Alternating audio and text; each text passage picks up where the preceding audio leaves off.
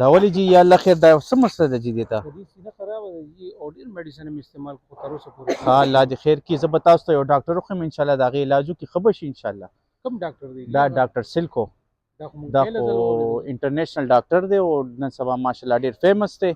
دا غي یو ان شاء الله علاج سره بخشي ان شاء الله علاج یو کې کنه که تاسو وخی زه به سره رابطه کوم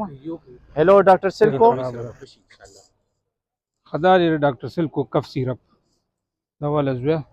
Thank you, Dr. Silku.